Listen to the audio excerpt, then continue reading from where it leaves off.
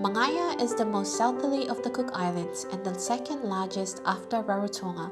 It remains governed by the traditional leaders who guard and protect the island's natural environment and resources. In Mangaya, results of a recent impact analysis methodology of past climate change adaptation interventions highlighted the important role of local indigenous knowledge contributing to tangible on-the-ground actions and building the resilience of its people to the impacts of climate change. A team consisting of a local consultant, enumerators, and representatives from Climate Change Cook Islands conducted the field trial of survey tools with tailored questions refined to the Mangaya context. In total, 33 households and a total number of 104 people were interviewed. Focus group discussions conducted in Oneroa were centered around water and sanitation. It was highlighted that people of Mangaya mostly use treated village drinking water stations and own a water tank. Group discussions on the marine environment with 57 people aged between 15 to above 70 highlighted marine resources as an important source of food security and income for the people of Mangaya. It was discovered that the la'aui, a traditional method of conservation and preservation of natural resources, was effective at allowing marine species to recover between harvests.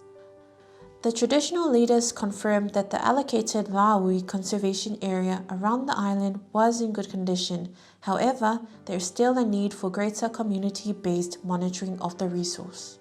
Regards to the outcome of the la'aui analysis, we can see the benefit of our la'auis. And at the same time, there's also a suggestion for bylaws to be introduced here on Mangaya concerning the la'aui as well. For me, we have to weigh whether to apply regulations for the la'aui. Say for example, for the pa'ua, you're only allowed to bring in such size, or you're only allowed to bring in a quota for fish. It goes back to the original purpose of the la'aui. In our tradition here, it's not only for food security, or even it's not only to protect the environment, but also for other reasons that the island will be catering in the future. Results from the field application of the impact analysis methodology showed that the impact of water security interventions and the la'aui conservation of Mangaya Island was either positive or at least not negative enough to make people think their lives are worse than they were some 5 years ago. A training to build the learning capacity of Pa'enua officers supporting the Climate Change Office in collaboration with SPREP on the application of the impacts analysis methodology was held on Rarotonga. The Pa'enua officers and the Cook Islands Office of Climate Change participated in a week training full of research and learning out on field. My name is Miriana Bishop. I'm from Aitutaki.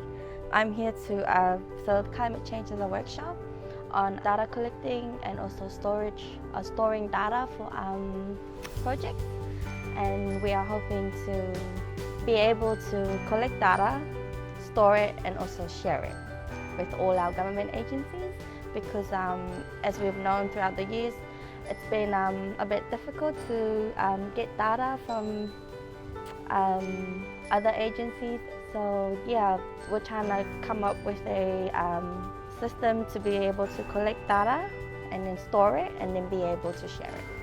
I'm here as part of the GCCA Scaling Up Adaptation project. We are sharing some tools, assessment tools to look at interventions completed recent, whereby you could relearn on some of the thinking or the logic around water security interventions or coastal adaptation protection measures. For the Cook Island, they were part of a trial of the methodology last year, whereby they looked at the la'aui marine conservation work that was done in Mangaya.